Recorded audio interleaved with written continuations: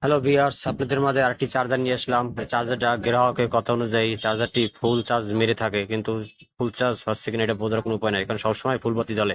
তো আমি চার্জারটা ভালোভাবে দেখলাম, তারপর বোঝা গেল যে চার্জারে একটি তার প্লাসে লাগানো আছে আর দুইটি তার সেকেন্ডারি আউটে, মানে আউটের সেকেন্ডারিতে লাগানো আছে। তো অতএব সিগন্যালটা পাবে না, তার জন্য ফুল বাতি সিগন্যাল নেবে না। ব্যাটারিতে সংযোগ দেওয়ার পর ফুল বাতি লেপবে না। প্রতি নালে ফুল বাতি জ্বলবে কিনা তার হচ্ছে নিজেও নেয়। তো আমি চার্জারটারে একটি তার প্লাসে লাগাইলাম আর একটা তার নেগেটিভে লাগাইলাম, আর একটা চার্জারের সেকেন্ডারি যে মোটা তারটা বাইরে সেকেন্ডারি যে কোনো একটা ফুটি লাগাই দিলাম। আশা করি এখন সিগন্যালটা নেবে এবং ফুল চার্জ হবে। আসলে অনেক চার্জারই দেখা যায়, অনেক কাস্টমার বলে যে আমার চার্জারে ফুল বাতি সবসময় মারিতে চার্জ দিলেই, আসলে এটার কারণে সে সার্কিটের লাইন সংযোগ ভিন্ন দেওয়া হয়, সঠিকভাবে না দেওয়ার কারণে এই সমস্যাটা হয়। তো আশা করি আপনারা একটু নিখুঁতভাবে দেখলে বুঝতে পারবেন।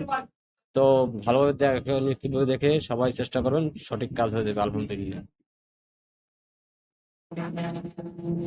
ইনশাআল্লাহ।